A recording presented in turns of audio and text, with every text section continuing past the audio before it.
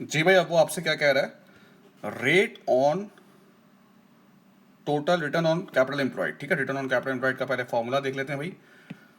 Operating profit divided by capital employed into 100। Operating profit देखो कितना दिया हुआ है, प्रॉफिट फ्रॉम ऑपरेशन दिया हुआ है 4 लाख, और कैपिटल एम्प्लॉयड का फॉर्मूला क्या होता है, इक्विटी, यानी कि capital plus non current liability. तो आंसर होगा बेटा 20%। इजी।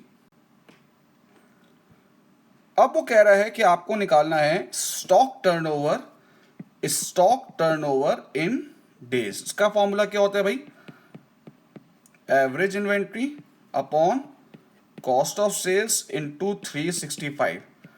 एवरेज इन्वेंट्री कैसे निकलती है भाई, ओपनिंग इन्वेंट्री देखो ऊपर लिखी हुई है, plus closing inventory divide by 2। तो ये आ रहा है 2313। कॉस्ट ऑफ सेल्स भी आपको देखो ऊपर दी हुई है, इनटू 365, ये आ रहा है 68 डेज। उसके बाद कह रहा है, क्या कह रहा है, ग्रॉस प्रॉफिट निकालो। पहले तो ग्रॉस प्रॉफिट का फॉर्मूला लिख लें भाई, sales less cost of sales equals to gross profit. क्या मुझे रेवेन्यू दिया हुआ है, हाँ सर आपको रेवेन्यू दिया हुआ है। अब ओपनिंग इन्वेंट्री दी हुई है, क्लोजिंग इन्वेंट्री दी हुई है, कॉस्ट ऑफ सेल्स नहीं दी हुई है। जब भी आपको सवाल में कोई भी एक्स्ट्रा चीज दी हुई हो ना, समझ जाए कि इसकी ताले की चाबी यहीं पर है, सही है ना। तो जब भी कोई एक्स्ट्रा चीज दी हुई ना, उसका फॉर्मूला लिख लो पहले। इन्वेंट्री टर्नओवर डेज, टाइम का फॉर्मूला क्या है भाई, cost of sales upon average inventory. Inventory turnover कितना है 10, कॉस्ट ऑफ सेल्स एक्स कर दिया, एवरेज इन्वेंट्री निकल जाएगी। कैसे निकलेगी, opening inventory plus closing inventory divided by 2। तो ये आपका आ रहा है 12,000। तो क्या अगर मैं इसको मल्टीप्लाई कर दूंगा तो मेरे पास आ जाएगी बेटा कॉस्ट ऑफ सेल्स, जो क्या आ रही है 120। यहां से आ गया 120,000, तो ये 40,000 बेटा आपका आ गया ग्रॉस प्रॉफिट।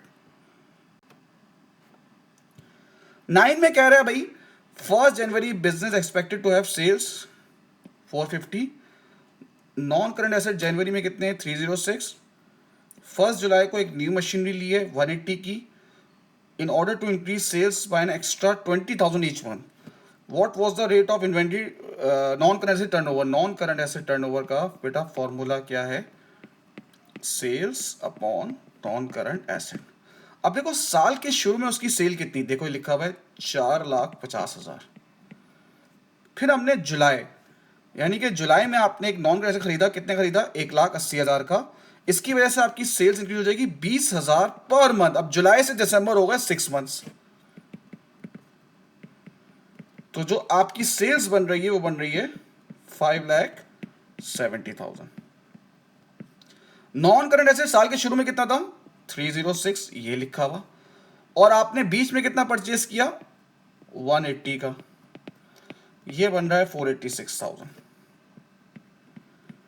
तो ये आ रहा है 1.17 टाइम्स। ठीक है भाई। अब क्या कह रहा है, what was the operating expense to revenue ratio. उसका फॉर्मूला क्या है, operating expense upon revenue upon 100। पहले तो मुझे एक बात बताएं, ऑपरेटिंग एक्सपेंस क्या होते हैं। ऑपरेटिंग एक्सपेंस होते हैं डिस्ट्रीब्यूशन और एडमिन, यानी कि हर एक्सपेंस सिवाय इंटरेस्ट को छोड़ के वो सारे आपके होते हैं ऑपरेटिंग एक्सपेंस। अब एक तो ये आ गया, एक ये आ गया, ठीक है ना। फाइनेंस जो एक्सपेंस है वो ऑपरेटिंग नहीं है, उसका ताल्लुक ऑपरेशन से नहीं है, इन दोनों का ताल्लुक ऑपरेशन से। तो ऑपरेशन एक्सपेंस यानी कि इन दोनों को आप जब प्लस करेंगे तो आपके पास आ जाएगा 1,30,000। रेवेन्यू कितना दिया हुआ है 800, तो ये आ रहा है आपका 16.25%। ठीक है भाई।